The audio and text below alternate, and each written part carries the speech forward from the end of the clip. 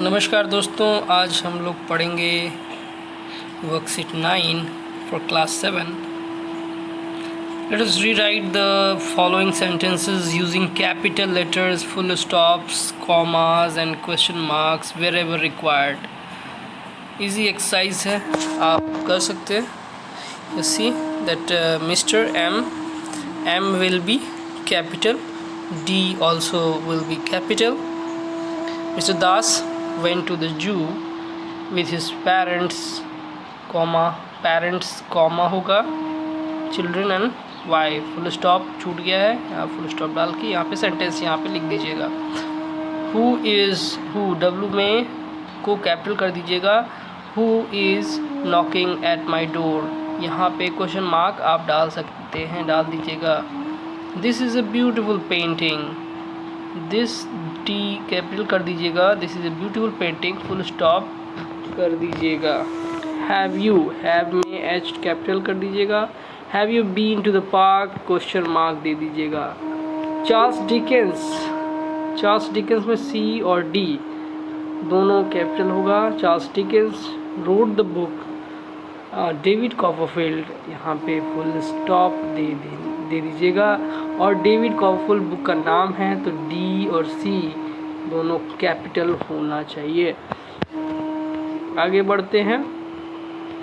Read the paragraph given below using a pen.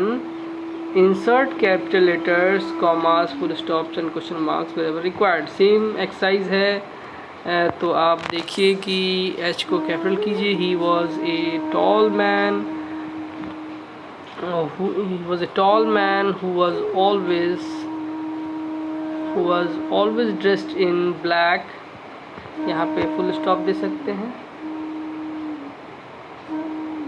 he capital कर दीजिएगा. he had an unusual face, यहाँ full stop हो सकता है या कॉमा हो सकता है. face, it was very pale with a long well shaped nose. It was very pale with a long के बाद कॉमा दे सकते हैं. long comma well shaped nose. yes, यहाँ कॉमा होगा. nose cold shaped nose, cold red eyes. cold comma, cold के बाद भी comma होगा. cold red eyes and a thin mouth filled with pointed teeth. Full stop यहाँ दे दीजिएगा. He had long sharp finger nails and his breath smelled terrible. Full stop यहाँ दे सकते हैं. डब्लू को फिर कैपिटल कर दीजिएगा. When he saw blood comma a strange hungry look came into his eyes. Eyes के बाद फुल स्टॉप आप दे सकते हैं. His eyes shone red and his में एच कैपिटल कर दीजिएगा. फुल स्टॉप के बाद जो है कैपिटल में लिखिए. His eyes shone red and he began to shake after he had comma यहाँ पे लग जाएगा. ही हैड ड्रंक ब्लड यहाँ पे फुल स्टॉप होगा. ब्लड के बाद एच कैपिटल हो जाएगा. His face became taller than usual. Full stop C capital में हो जाएगा. Can you guess who this man was, यहाँ क्वेश्चन मार्क दे दीजिएगा. अब देखिए वर्कशीट 10 में read the sentences. How dare you look out, you are going to fall. What a picturesque view, you can't do that.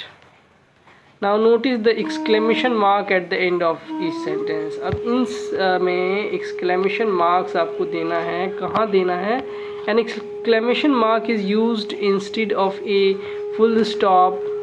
full stop के बदले में exclamation marks दिया जाता है. देखिए यहाँ पे exclamation mark है.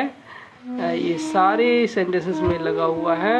For example it can be use to show anger, और जब आप बहुत ज़्यादा क्रोधित हों, सरप्राइज हों, जॉय हों, एंगर जॉयस हों, डेंजरस और अम्यूज़मेंट जैसी कोई चीज़ फील कर रहे हों, तो आप वहाँ लिखने के क्रम में आप इन्वर्टेड कॉमा लगा सकते हैं।